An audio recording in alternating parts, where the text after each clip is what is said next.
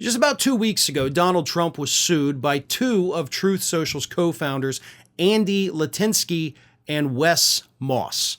Both of them were former contestants on The Apprentice way back in the day, and after Donald Trump was booted off Twitter following January 6th and him leaving office, they approached him and said, hey, what if you started your own social media company, which of course that then became Trump Media and Technology, which owns Truth Social, and the two men were guaranteed a certain amount of the shares of the company.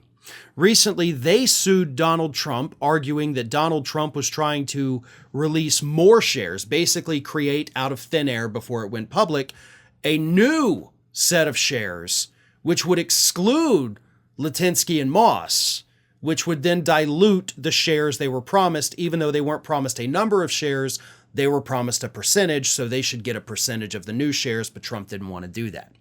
So it was announced this week that last week, Donald Trump actually filed a countersuit against these two men, saying, quote, Moss and Litinsky failed spectacularly at every turn. He accuses these two men of the gross mismanagement of Truth Social and is countersuing them to strip them of all of their shares of the company. So they're suing him, saying this guy's trying to dilute our shares so he gets more money and we get less. And Donald Trump has decided, you know what? F you. I'm going to try to take away all your shares then. How in the hell this company was even allowed not just to go public, but to even do the merger with Digital World Acquisition, how the FEC signed off on this still blows my friggin' mind. For lack of a better word, we'll call them shenanigans that have been taking place behind the scenes are borderline criminal. And in fact, there's plenty of things that the FEC did say, yeah, these look criminal to us. Go ahead with your merger. That is utter insanity, folks. You know, forget for a second that the company is tanking and the stock is going to become worthless very soon. Like, that's a good, funny, hilarious thing.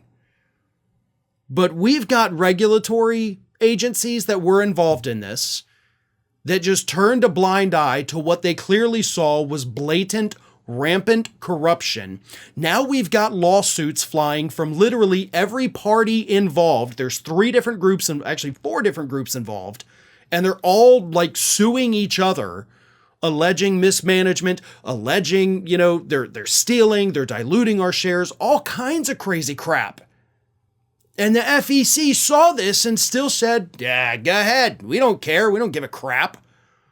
This whole thing is nothing short of insanity at this point.